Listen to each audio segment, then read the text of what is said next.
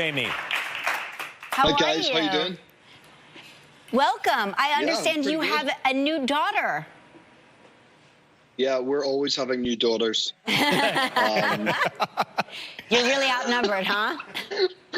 Yeah, I think three. I think three's enough, for anyone. I think that they told me that every time that you have been on, you've had a new daughter. So that is true. It's our tradition. Yeah, It's a our bit of a ceremony around here. I promise you, if you have me on again, there won't be another one. There's an announcement to the whole family. Now, do they like to play dress up? Is that what they're into now? They like to play dress up. They like to dress me up. I think that's what you're alluding to, maybe.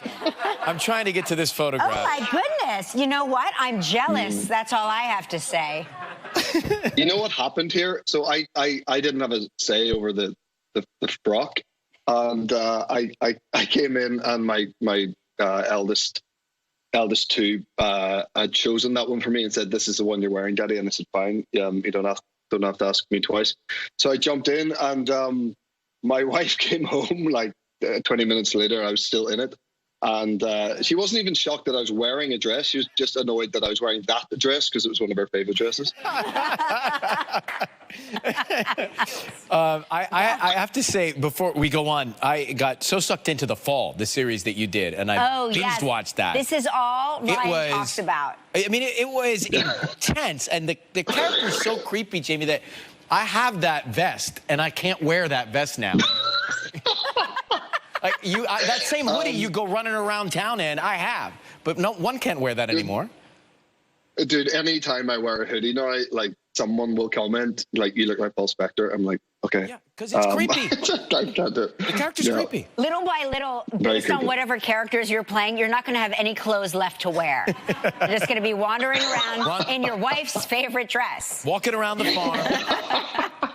Are y'all on a farm? Or do you live on a farm? As I look out the window now, I'm looking at a farm. Our neighbors is a farm, and we have a bit of land, but I wouldn't say we're a farm. But we have animals. We have like 2 goats. I've got 5 chickens. We've got a rabbit. We've got a horse. And we've got a dog. Okay, so it's like farm-like, but not a farm. Let me explain to you that in New York, that means you live on a farm. Okay. Or at the zoo. I mean, yeah, honestly, you could have 2 cats, and we're like, it's a farm in here. Jamie, I see you glancing out at the landscape of the farm. Can you see any of the animals right now through the window? I can see, if I crane my neck, I can see the 2 goats. They're not my favorite people. Yeah. They, the goats spend their whole lives trying to escape. Yeah. And it gets really troublesome. And sometimes I just, if I came down and the goats weren't well, I wouldn't be upset. Put it that way. Are they screaming goats? Have you seen the goats that scream like people? I'm not sure it's like people, but they definitely have, it's like no people that I've met, but they definitely have like a proper, banshee sort of scream on them. And it's just, even when I come down to feed them, it just gets worse. It escalates. They scream more and more the closer I get to feeding them. Yeah. It kills me. Let's get a quick break in. We're going to come back and find out what made Jamie cry while shooting his film right after this. I just have to say that John Hamm plays apparently all of us.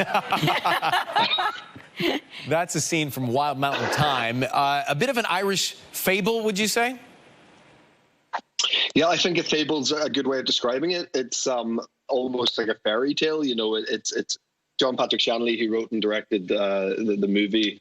He did Moonstruck, and he did Joe versus the Volcano, and he did Doubt. He's done a lot of films that sort of are otherworldly almost, but they are grounded in the things that matter in family and love and romance. It's a very romantic film in a classic sense.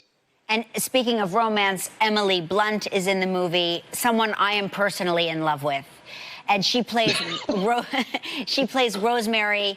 Of course, you play Anthony, and you have a secret, shall we say? Yes, yeah, that's a fair way of saying it. Anthony carries around this secret that's sort of become a burden on his life, and it's something that he has always kept to himself. And actually, when he does release it, everything sort of falls into place, which happens in the movie. But he's a very complicated. He's probably the most complicated person I've ever played.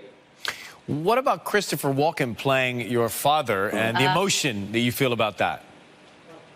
Yeah, I mean, listen, he's Christopher Walken. You know, he is such a titan of our industry.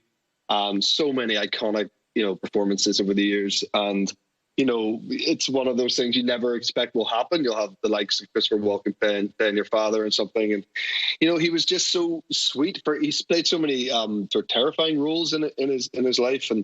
But actually, he's just like the sweetest guy, and we have this very big emotional scene in the movie where, he's not very well. And it was actually Chris's last day on set as well. So emotions were very heightened anyway, because everyone was sad to see him leave. And I honestly couldn't stop crying that day, whether it was coverage of him, coverage of me, coverage of an ashtray, like random pickups. I was crying the whole day.